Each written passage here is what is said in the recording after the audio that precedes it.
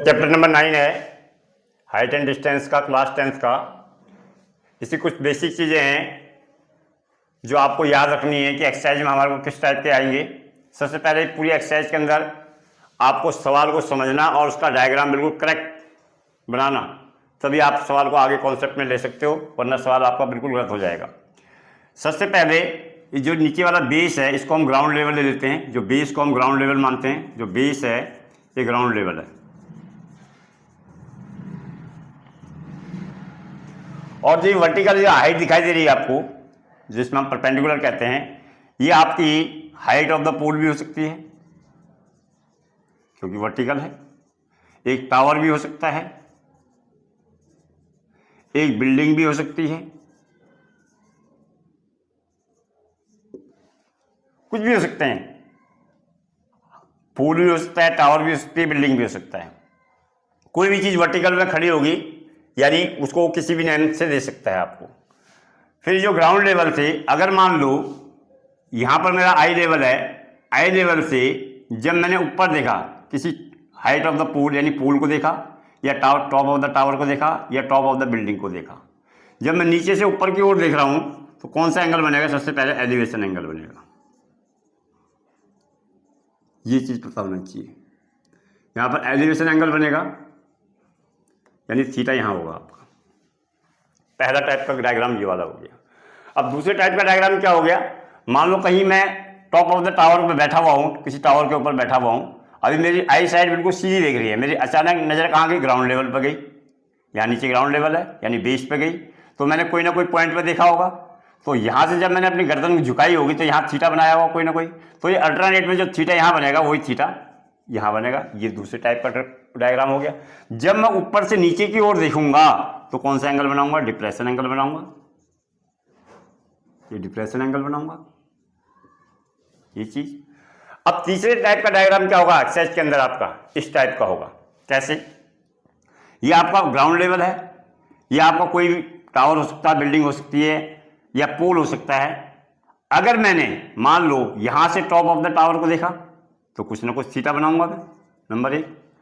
अब मान लो मैं कुछ दूर आगे चढ़ा, यहां से लेके यहां तक गया, तो मेरी आई साइड ने फिर क्या देखा? यहां देखा, तो क्या होगा? एंगल चेंज हो जाएगा, तो थीटा अलग से हो जाएगा। मान लो यहां पर आपका 30 डिग्री का बन रहा है और यहां बन रहा है आपका 60 डिग्री का। देखो ये राइट एंगल के नजदीक जाएगा वो एंगल हमेशा बड़ा होगा, जो राइट एंगल के दूर होगा वो क्या होगा? छोटा एंगल होगा। फिर चौथे टाइप का डायग्राम क्या हो गया? यहां पर बेस दो हिस्सों में डिवाइड हो रहा है। देखो यहां पर जो है हाइट क्या है? कॉमन है दोनों में, यानी इस राइट एंगल में भी और इस राइट एंगल में भी हाइट कॉमन है।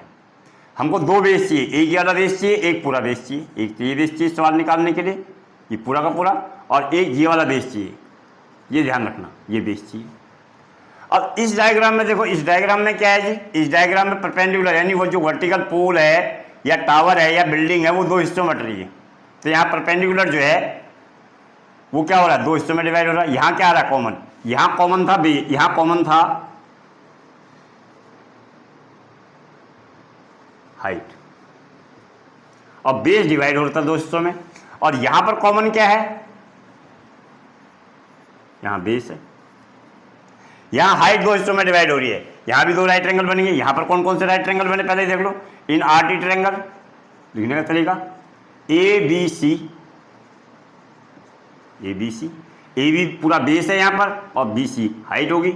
और इन आरटी ट्रायंगल दूसरा राइट एंगल कौन सा बन रहा है? डी बी सी, ये डी बी सी, इसमें हाइट कॉमन होगी। अब यहां पर देखो एक राइट एंगल बन रहा कौन सा? ए बी डी, और एक राइट एंगल बन रहा है ए बी सी। अब यहां पर बेस कॉमन है, कॉमन जो है यहां बेस है, हाइट दो में डिवाइड हो रहा है, यानी हमें एक तो ये हाइट चाहिए और एक पूरी हाइट चाहिए, एक पूरी हाइट चाहिए और एक ये वाली हाइट चाहिए। अब जब आप इसको करोगे इन टाइप के डायग्राम जब आपको बनाने, उसमें अकॉर्डिंग टू क्वेश्चन बनाओगे, तो सबसे पहले आपने ये फॉर्मूला जरूर रखना है पंडित बद्री प्रसाद हरर बोले का, और सोना चांदी तोले, यानी साइन कॉस टेन। आपने सवाल इसी लेवल पे लेना है। लेने को तो हम कॉसेक, सेक और कॉट में भी ले सकते हैं, कॉसेक में भी ले सकते हैं, सेक में भी ले सकते हैं और कॉट में भी ले सकते हैं, लेकिन आप एक ही कॉन्सेप्ट लेके चलो, साइन कॉस और टेन। क्यों? उससे क्या होगा, आपको जो थीटा है, जो भी डिग्री दिया होगा, उससे वैल्यू जल्दी याद हो जाएगी। ज़्यादातर जो है हमारे जो सवाल आता है टेन थीटा में आता है, कॉस और साइन में जो है बहुत लेवल कम होता है। अब आपको क्या रखना है, ये साइन 30 की वैल्यू याद रखनी है। ज़्यादा ज़्यादा क्या होगा, साइन 60 हो जाएगा। अगर साइन 60 हो जाएगा या फिर कॉस 30 हो जाएगा, कॉस 60 हो जाएगा और कॉस 30 हो जाएगा, या फिर लास्ट टेन 45, टेन 30 और टेन 60। ये डिग्री की वैल्यू याद रखनी है। साइन 30 की और कॉस 60 की वैल्यू बराबर होती है दोनों की। साइन 30 और कॉस 60 वैल्यू सेम होती है, और साइन 60 की और कॉस 30 की वैल्यू सेम होती है। टेन 45 की वैल्यू 1 होती है और टेन 30 की वैल्यू 1/√3 होती है, और इसकी वैल्यू √3 होती है। तो इसी बेस पे आपने इस पूरे चैप्टर को करना है। जब मैं क्वेश्चन बताऊंगा तो उसके अकॉर्डिंग चलना।